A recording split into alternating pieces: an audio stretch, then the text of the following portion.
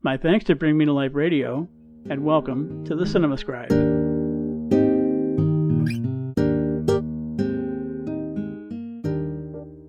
How many of us are living truly fulfilled lives? Do we approach our existence with all-out gusto and a willingness to pursue our dreams? Or are we restricted by rules, regulations, fears, and regrets, many of our own making, that keep us from fulfilling our potential? Sometimes it takes breaking out of rigid, ingrained patterns of thought and behavior that prevent us from getting the most out of our time in this reality. Such are the themes that underlie the storyline in the charming new comedy-drama road trip movie, The Peanut Butter Falcon.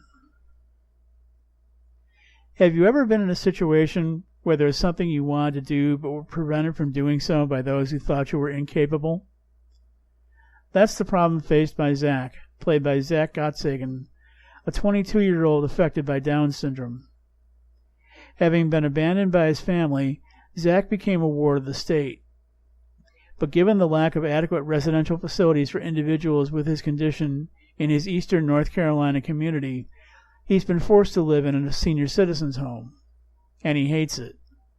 As the only resident in his age range and with his condition, he feels isolated. He wants out. Zach has a plan, too.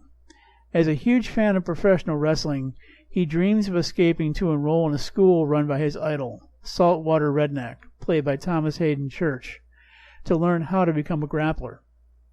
His enthusiasm for the sport is obvious, and physically he's certainly strong enough for it. All he needs to do is figure a way to get out. After a failed escape attempt, Zach is labeled a flight risk by his caseworker Eleanor, played by Dakota Johnson. She realizes he's unhappy, and she's doing everything she believes she can to make his life as satisfying as possible. Even with that, though, she has bars placed on his windows to prevent a repeat episode. However, given Zach's desire to pursue his dream, he vows to escape, and with the assistance of his elderly roommate Carl, played by Bruce Dern, the would-be wrestler finds a way to get out, fleeing in the middle of the night.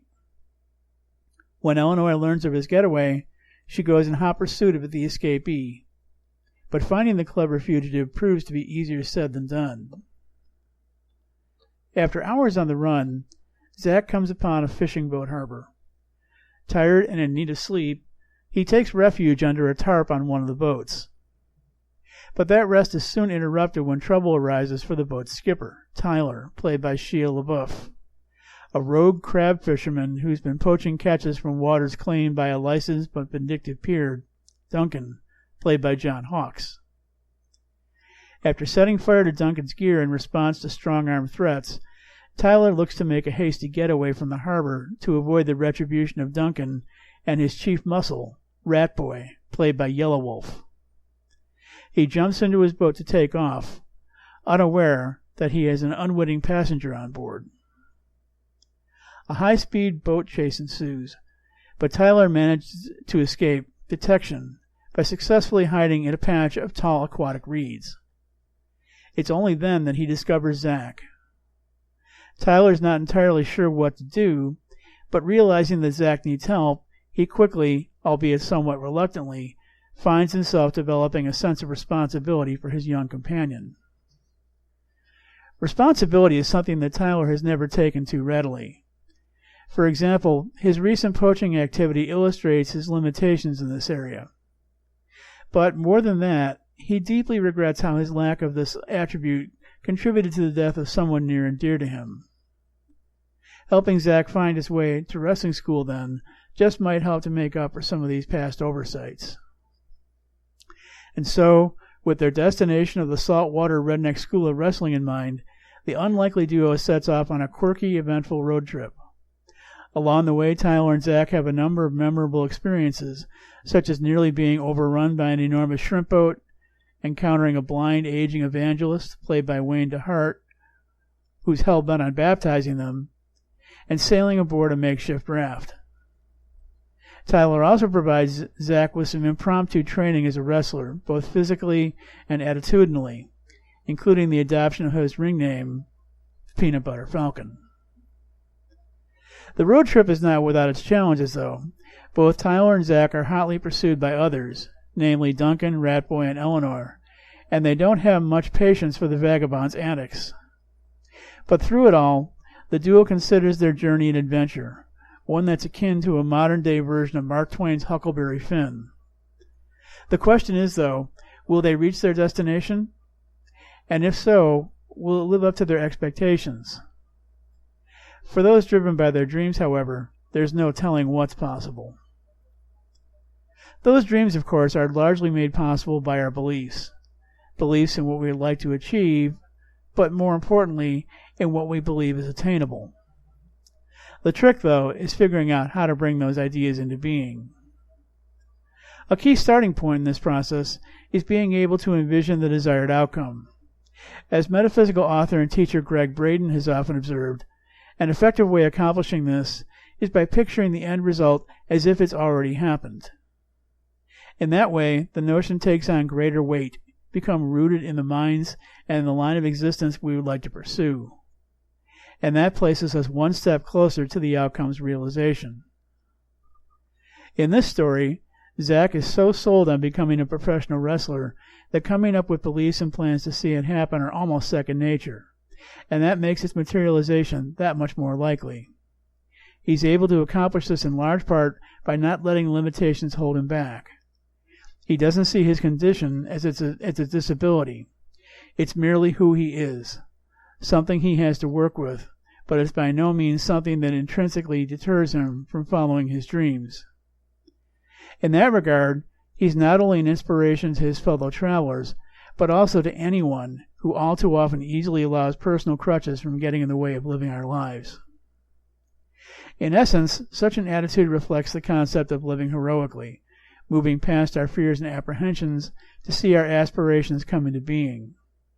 Again, Zach is an inspiration in this regard, refusing to allow those elements to get in his way, be it an approaching shrimp boat, a vindictive crabber pursuing him and his traveling companion, or a social welfare system seeking to lock him up and keep him from getting what he wants out of life. That's powerful stuff. Again, not only for those close to him, but also to anyone who's approaching life timidly and needs to break out of that pattern. Despite some occasionally sluggish pacing and a narrative that's more than a little predictable, The Peanut Butter Falcon is one of the sweetest, most heartfelt, feel-good comedy-drama road trip offerings to come along in years. LaBeouf and Johnson turn in some of their best work here, but newcomer Gottsagen is the real standout, a natural on screen who charms and surprises at seemingly every turn. This may not be epic cinema, but it's certainly satisfying, well-crafted, crowd-pleasing entertainment, the kind of endearing story we could certainly use more of these days. If we're unsatisfied by the world around us, we should seek to alter it. As Mahatma Gandhi famously observed, you must be the change you wish to see in the world. That's good advice, and we should draw from that inspiration that embody it, no matter what they seem to come from. Zach provides us with a good example to follow, both in the ring and on the playing field of life. I'm Brent Marchant, the Cinema Scribe. Thanks for listening. A lifelong movie fan and longtime student of metaphysics, Cinema Scribe Brent Marchant is the award-winning author of Get the Picture, Conscious Creation Goes to the Movies, Consciously Created Cinema, The Movie Lover's Guide to the Law of Attraction, and Third Reel Conscious Creation Goes Back to the Movies, all of which provide reader-friendly looks at how the practice of conscious creation, also known as the Law of Attraction, is illustrated through film. Brett maintains an ongoing blog about metaphysical cinema and other self-empowerment topics through his website, www.brentmarchant.com. He's also the movie correspondent for the Good Radio Network and New Consciousness Review magazine and radio, with additional writing contributions to Smart Women's Empowerment, The Happy Guide, Library Journal, BeliefNet, Vivid Life, New Age News, and Master Heart Magazine. Brett holds a BA in Magazine Journalism and History from Syracuse University. Again, check him out at www.brentmarchant.com.